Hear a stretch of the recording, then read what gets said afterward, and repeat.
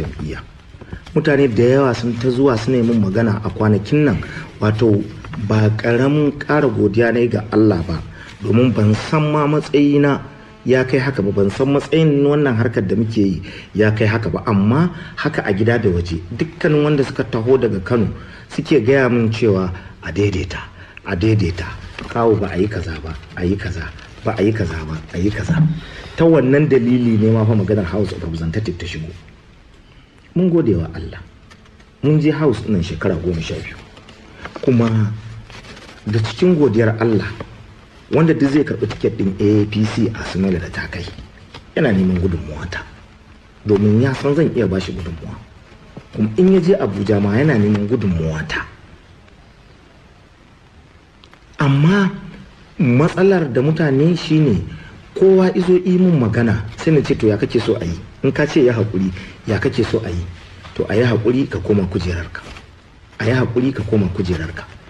A wannan lokacin da nake gaya musu to su je su wajen gwamnan su gaya masa, babu wanda yake iya zuwa wajensa ya gaya masa, domin maganar da gwamna ya yi ta tabbatar da cewa shekara 2 zuwa shekara 8 kamar yadda ya ce suna tsara abubuwansu, dama baya sha'awar wata maslaha da daidaito. Ya faɗa a rediyo da bakinsa cewa mutane da yawa sun masa magana, kuma idan gwamna zai yi mun adalci, mun je wajensa mun yi magana da shi a ƙarshe tare da su 'yan majalisa, wanda ya yi ta maganganunsa ya ce kada a ƙara dawonsa da maganar majalisa. Na ce na yarda. Ya ce ana neman dipiti gamna, mutane suna ta cewa ban dipiti gamna, ina cikin wanda ake ganin za a ba dipiti gamna. Ya ji tsoron Allah ya gaya min haka. Yau kwana 15. Na ce masa to ni na fi son haka, Allah ya rufe asiri mu tafi a haka. Muka rabu da gwamna. Daga nan Janar Buhari ya shiga maganan nan. Kuma wato duk mutanen da suka ringa yawa gwamna magana, yi masa magana suke yi domin in sun mun magana ce mu ba mu da matsala, amma da yawa sun ta sha'awar su je su yi wa gwamna magana domin su nuna wannan kalmar da ya faɗa cewa ba wanda ya isa zare musu ido a Najeriya ta fito fili. Ai Buhari ɗanyarsa ya shiga zaben majalisar tarayya a Daura, amma bai shiga maganar ba har ya faɗi. Yana da manyan abokanan siyasarsa amma bai shiga ba. Abu biyu siya ne ma dimokuraɗiyyar nan wanda ba na kansa ba. A Kaduna ya roƙi mutanen Kaduna su yi masa alfarma su zaɓi 'yan Rufa'i. A Kano mutane da yawa sun masa magana da magoya bayansa, da kuma shi ma kamar ɗan Kano ne, manyan mutane a ƙasa cewa ya roƙi alfarma a wajen gwamnatin Kano, don suna ganin ba za su bani matsayin nan ba, kuma shi rashin banin yana da hannu a ciki, a bani matsayin nan na dipiti gamna. Janar Buhari ya ce ba zai iya yi wa Kwankwasa magana ba domin irin yanda ya yi masa da yanda suka taho, amma ya roƙi alfarma a wajen dipiti gamna. Ya ce dipiti gamna ya je shi ya gaya ma shugabansa. Dipiti gamna ya je shi ya faɗa, gwamna ya ce ba za a yi ba. To ai courtesy demand ya kamata da aka ce ya dawo ba zai yi ba, ni dai ya san ya gaya min a cikin 'yan majalisa, a zo a ce to kawo ka yi haƙuri, dipiti gaunawa baka samu ba, Professor Hafizu ne ya samu. Ko ba komai duk lalacewa ta, ya kamata ko shugaban jam'iyya a buga ya zo ya gaya min cewa to baka samu ba, tun da ya san ya buɗe baki ni da shi ya gaya min ina ciki. Kuma a ɗauki waya a yi wa General Buhari cewa to ka yi haƙuri, kawo ba a bashi dipiti gamna ba, ga shi abin da ya kamata a ce an bashi. Kuma maganar House Allah yana gani ba na so, amma mutane sun ta yi min magana, sun ta yi min magana in bar maganan nan, za su je su roƙa, sun je wajen dipiti gamna sun zauna, amma kowa ya zo ya gaya min, ina gaya musu cewa gwamna ba zai bari ba, domin furce-furce da ya fito, wanda furce-furce nan duk da suke fitowa muna tattarawa kunnuwa, shi yasa Allah ya yi wa mutum biyu, da na dama da na hagu. Wata maganar in ta fito ta shiga ta kunnan dama ta fita da ta hagu, wata kuma ta fada cikin zuciyarka ka rike ta. Haka rayuwa take. Muna jin maganganun da yake faɗa. Daga ƙarshe dai wayannan abubuwa suka zo su suka faru. To mu matsayinmu a cikin wannan magana gaba ɗaya shine nayi godiya da duk mutane da suka sa baki. Kuma shi wannan baba namu jagora bana so ya kalle mu mutanen Kano cewa mu mutanen banza ne, duk maganar da aka yi da mu sai ta tashi. mu mutane ne masu alkawari, mutanen Kano mutane ne ingantattu, mutane ne da suke ganin girman mutane. A nan ne aka yi Malam Aminu Kano, a nan aka yi Murtala, a nan aka yi Sani Abacha. Kowa ya san waɗannan mutanen ba su da wasa. Kowa ya san ra'ayin mutanen Kano ra'ayi ne daban, kuma su suke fitila ne su akan harkar siyasar Najeriya. Shi Janar Buhari an taho ya samu matsayi, an samu matsala tsakaninmu ko tsakanin jam'iyyar mu a wannan lokaci da shi Janar Buhari, wadda ta sa ya fice, aka samu saɓani da shi da Malam Ibrahim Shekarau. An gama wannan magana. Yanzu ya zo ya ɗebo duk ƙarfinsa da gudunmawarsa da tasirinsa ya miƙawa shi gwamna. Yau gwamna ya je shi gashi sun tsaya suna zaɓe a cikin jam'iyya ɗaya, gwanda na Malam Ibrahim Shekarau ba a jam'iyya ɗaya ba ne. To da wannan dalili dama tun da aka zo ana maganan nan na faɗa ina ma ni jin kunya in je in gaya wa Janar Buhari taimake ni da zama gwamnan Kano, kuma na gaya masa nan bayan an yi wannan announcement din na ce your excellency wannan shine dalilin da yasa nake jin kunya ne ma wannan magana, domin ba na so ka kalli mutanen Kano ka samu a ƙwarya iri ɗaya. A cikin mu akwai waɗanda ake iya yi wa magana, akwai waɗanda suke da hankali, a cikin mu akwai wanda suke da waɗanda za su iya yi musu faɗa. Duk yanda abu ya ɓaci a cikin zuciyar mu mutanen Kano har zuwa yanzu muna da karar da za a hana mu. Wannan dalilan shi yasa to a cikin wannan gaba nake ganin bai kamata shi Janar Buhari abin da ya yi mana na wannan kara mu kuma mu zo mu yaye masa baya ba. Sun yi maganganu da mutane da dama waɗanda muke ganin girmansu, kuma kamar yadda na kamo a tashoshin yaɗa labarai na ji ɗaya daga cikin waɗanda nake ganin girma a cikin wannan harkar, Alhaji Musa Gwadabe, ya yi magana. Wannan ba wai ni abin da maganarsa ta kunsa ne nake jin daɗi ba, amma ya yi wannan maganar ya nuna cewa duk da yanda aka taho ɗinnan ni muna tare da shi ya isa da ni zai gaya min na yi ko kan na yi, ni wannan na ji daɗinsa. Wannan kawai ni ya ishe ni abin da zan iya cewa alhamdulillah. Mu kuma ba a saɓani da mu, gani dai gashi Musa Gwadabe muna ta tafiya, mun samu saɓani ma a jam'iyyarsa daban tawa daban, amma babu satin da ba za mu je in gaishe shi ba kuma ya kira ni ya sa na aiki. Haka a gurguje ka dan karbi ruwa amma sauraro kurajin da take kayawa tsakanin wani Sulaiman da kawo Sumaila, wanda a yau yake baje kolin matsayinsa da matsayinsa a siyasar jam'iyyar APC a ƙasa baki daya.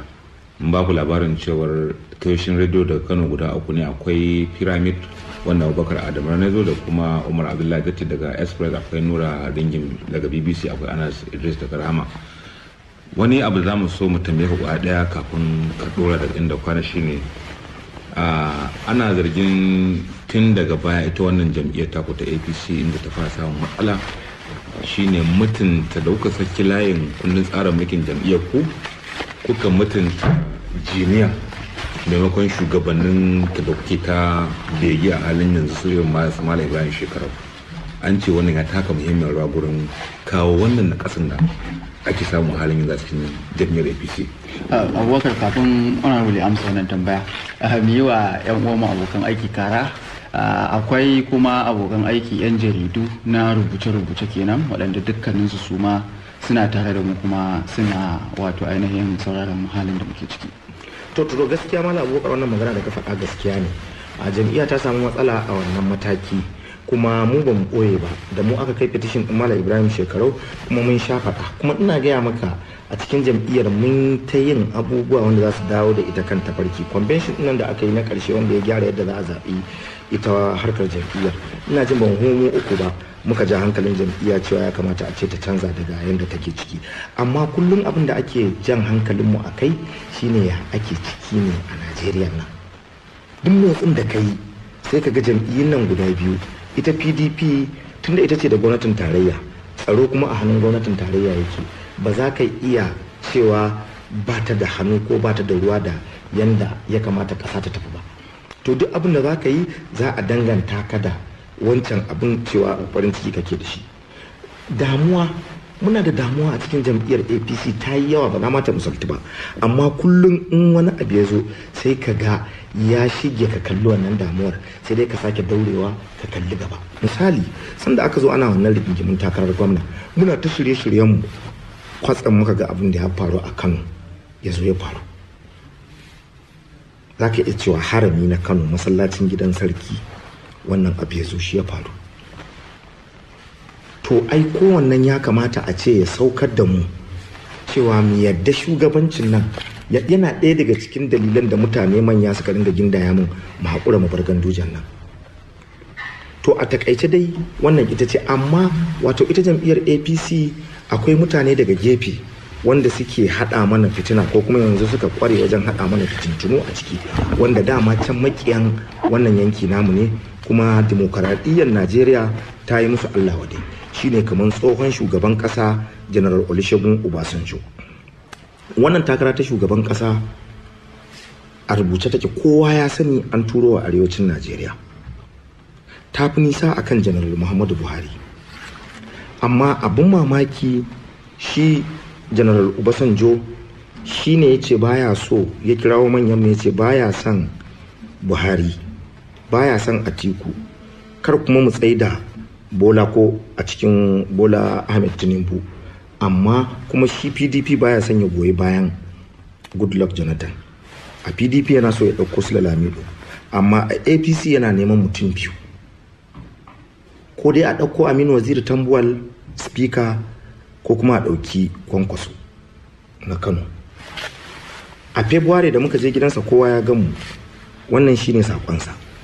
Mun ka zo muka tsaya tsayin daka cewa speaker bai kamata ya je ya shiga zaɓe da General Muhammadu Buhari da Atiku Abubakar ba. A garin nan Allah ya kai mu kwangi zan ci gaba da jawabai. Aka zo na biyu a July ya sake gaya masa cewa to tunda bai tsaya zaben nan ba ya tafi ya je goyi bayan Dr. Rabi Musa Kwankwaso, kar a goyi bayan Buhari. Mu kuma ba za ka iya yanke shawara da Aminu Waziri Tambuwal matsayinsa na speaker ba sai da mu.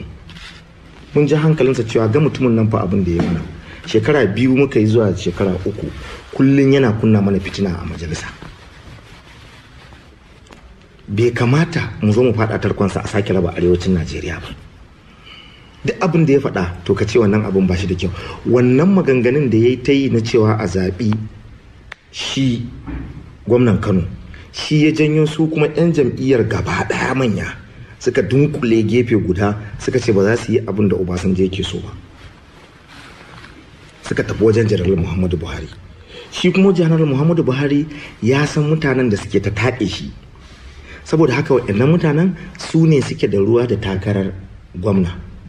To kaga yau in ka duba Daily Trust ta yau, jam'iyya ta ƙasa ta fitar da wata matsaya guda biyu akan Katsina da Kano. Inda General Buhari zai fi samun dama a duniya ita ce Katsina da Kano. To Katsina suna rigima akan gwamna, Kano ana rigima akan deputy gwamna. Shi yasa kowa hankalinsa ya kawo cewa to ana shiryawa Buhari wata serious makarkashiya kuma da 'yan cikin gida. Shi yasa suka ce min kowa ya zo shi kansa Musa Gwadabe ai da ya zuba ido, amma bombardin ɗinsa ake ta yi da maganganu cewa in dai zai iya min magana ya min magana. Ya ce to me za a bawa kawo in mutane sun zo su sun masa magana. Shi yasa ne ya ce in ce a bani kujerar majalisa. Sai da na roƙe shi baba kan na faɗa, ya ce in je in faɗa dai domin mu sake nuna wa mutane cewa harkar ce ba a so a yi ta da ni. Sifika nawa mutane manya sun ta yi masa magana, in na faɗe su wallahi hankalin mutane zai tashi cewa kada mu yi mai rigima a cikin lamarin nan. An shirya wa Buhari makirci a Katsina, an shirya wa Buhari makirci a Kano. Waɗanda suka shirya makircin nan fa su ne suke shirya makircin kifar da shi. Kawu ja kai shiru, kawu ja kai shiru, kawu ja kai shiru. To ai dai ba a faɗa mutum ɗaya, da mutum biyu ake yi ko? To mu mun ja mun yi shiru. Duk abin da gwamnatin jihar Kano da APC din jihar Kano ta ce mana ko kuma take ganin za ta je ta yi a kanmu, ta je ta yi a kanmu, mu mun koma gefe guda. Amma General Muhammadu Buhari za mu yi kokari gwargwadon yanda za mu iya yin kokari mu ga ya ci zaɓe. Domin kullum garin Allah ya waye tashin hankali sake bayyana yake. Zan rufe muku da magana ɗaya. dukkanin masu bin al'amuran yau da kullum su ɗauki jaridar Daily Trust ta yau. Sai na ga wannan labarin ma wallahi kamar ni aka aikowa da shi. Sun fitar da tsari na yadda aka yi rabon tattalin kudin kasan nan a wannan shekarar. Ina neman masana manya su fita su kalli abin da aka yi, su ga abin da aka yi mana, su kwatanta shi da mutanen da ba sa iya buɗe zuciyarsu a haɗu a zauna lafiya. Ka tsaya tsayin daka a sama janar Muhammadu Buhari bakin rai bakin fama, to a kasafa a Kano. To wannan muna jira mu ga me za su ce mana. Shi dipiti gwamna ya zo ya same ni a Abuja, amma dai abin da ke damuna a cikin maganar, kamar yadda na ji wani mai faɗa a ji a cikin jam'iyya da gwamnatin Kano ya faɗa a BBC, shine shi ma dipiti gwamnan bai isa, haka kalmar da ya amfani da ita kenan, bai isa ya yanke ga abin da za a yi ba. Ni shi dipiti gwamna ni da shi ya gaya min cewa na ya haƙuri, ya koma Kano mu zo mu haɗa a dunkula a yi harkar nan. Zai je shi yau ya kirawo ɗan majalisar nan, ya yi masa alkawarin kwamishina, zai ci gaba da bashi kwamishinansa, ni na dawo ɗan majalisa, ni da Dr. Abdullahi Umar Ganduje ya min wannan alkawarin da yawon mutanensa, amma ta yiwu. Don haka ni na tsaya iyaka nan, sauran abubuwa kuma da za su biyo baya wannan mutane za su ci. Ya kamata kila ka faɗi matsayar da bakinka cewa duk wannan jita-jita ya zuwa yanzu ga matsayar da ka tsaida. To a yanzu nan haka mu a haka muka tsaya, domin dukkanin mutanen da suke min magana suke yi min da yawun shi General Muhammadu Buhari, da yawun al'ummar arewacin Najeriya, da yawun Najeriya gaba ɗaya da ita jam'iyyar, duk da haka suke taimun magana, manya suna taimun magana. Amma ina ganin zuwa yanzu dai abin da zan iya cewa kenan. Ka zauna a APC. A yanzu ni abin da zan iya cewa General Muhammadu Buhari dan takarar jam'iyyar APC shine dan takarata, alhamdulillah. To muna godiya. Masu sauraro duka abin da ya sauka kenan a cikin wannan lokaci.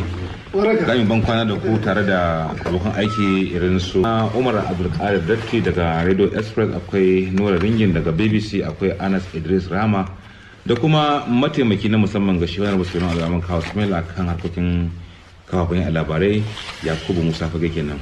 Ni ne jagorantar shirin nake cewa assalamu alaikum wa rahmatullahi ta'ala wa barakatuh.